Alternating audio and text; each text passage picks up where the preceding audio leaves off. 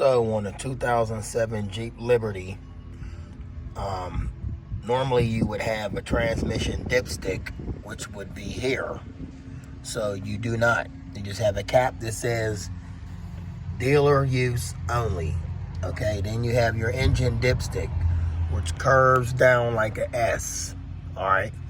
Now, what you're going to have to do whenever you do change your, well, not change it, but whenever you're adding transmission fluid in your Jeep, you would take off this dealer cap.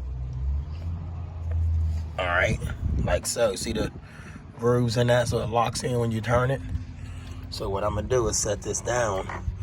You would take your dipstick out of your oil, pull it out, wipe it off, start your vehicle, stick the dipstick down inside of the nozzle, and it'll bottom out, then pull it out, check your transmission fluid, and add if needed. But once again, on the 2007 Jeep Liberty and the 2006 as well, a 3.7 V6 engine, that is how you would change, you would add transmission fluid.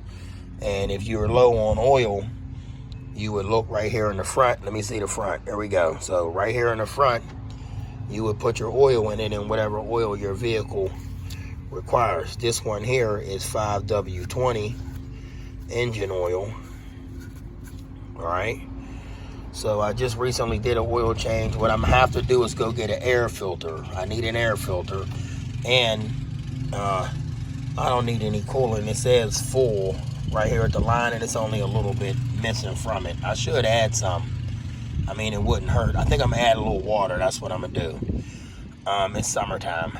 So once again, you would take the cap off of the transmission dipstick where the dipstick normally would go.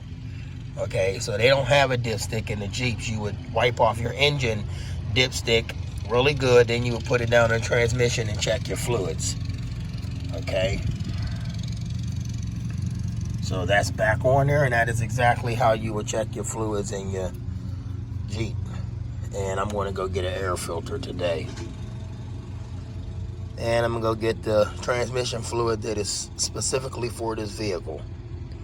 Comment, subscribe, get this video a thumbs up, hit the bell for notifications, and I will be bringing you another video. Once again, I am going to add some water to this coolant,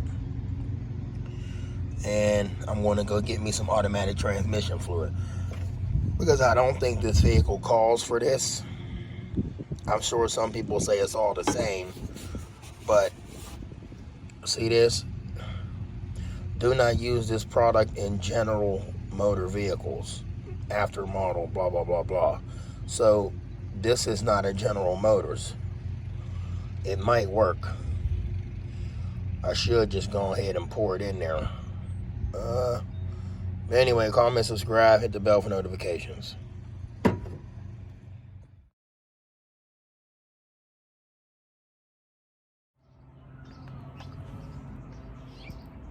All right, YouTube, what's good? So y'all see that I showed y'all that I'm gonna be changing the transmission fluid in my vehicle, but my vehicle calls for it doesn't matter what brand, but it calls for ATF+4. So ATF stands for automatic transmission fluid, but it stands for +4. So I gotta get ATF+4. That's what I meant to say. Mine calls for +4. All right, and it is for Chrysler, Jeep Chrysler, Jeep Liberty, trail rated. So for use in FCA and Chrysler brand vehicles, full synthetic formula. So it's actually a synthetic formula, automatic transmissions. See that? I'll let you close up. So anytime you getting fluids for your vehicle, I understand some of y'all are mechanics out there. I am as well, but see what it calls for before you go to putting anything in your car, even oil. I had a 2015 Chevy Cruze, and it called for synthetic oil. So with that being said, just make sure you look it up and get the proper fluids that your vehicle requires before you go to putting anything in there. And along with this fluid, I have got a funnel, and I can add this to the collection. I got a lot of them. This one is a it's a quick fill funnel flow tool. There it is.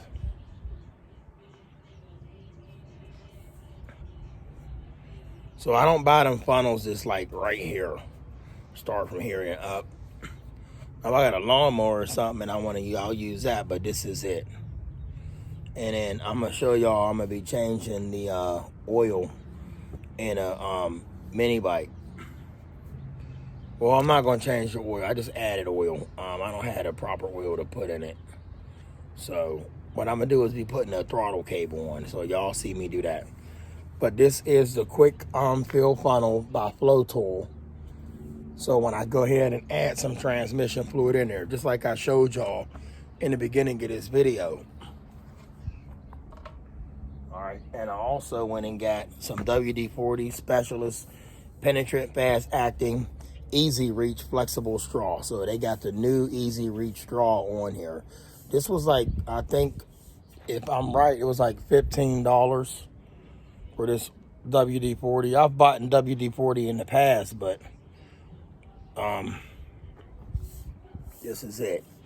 And this is the Easy Reach nozzle instead of that plastic thing they give you. Now it does still swivel up, swings up, and this is like an aluminum, well, some kind of metal straw with a plastic coating on the outside of it. You see that? This is amazing. So this can go pretty much anywhere. Look at that. Some hard to reach areas. Oh, excuse that camera. Anyway, hard to reach areas, that nozzle bends like that. Voila, we back in action. So there it is. All right, and if you don't want to use this feature, close it down and it'll spray will come right out of here and press on the top. Have y'all ever had that problem wherever you buy a WD-40 or a spray paint or some kind of aerosol and it stops working? Turn it upside down and spray it. It'll clean the nozzle out with the spray paint. After you shake it vigorously, then start using it. Turn upside down again, clear out that nozzle, then go ahead and go to work. And sometimes they're just dead. They just stop working altogether. So there you go. Oh, WD-40, this is it.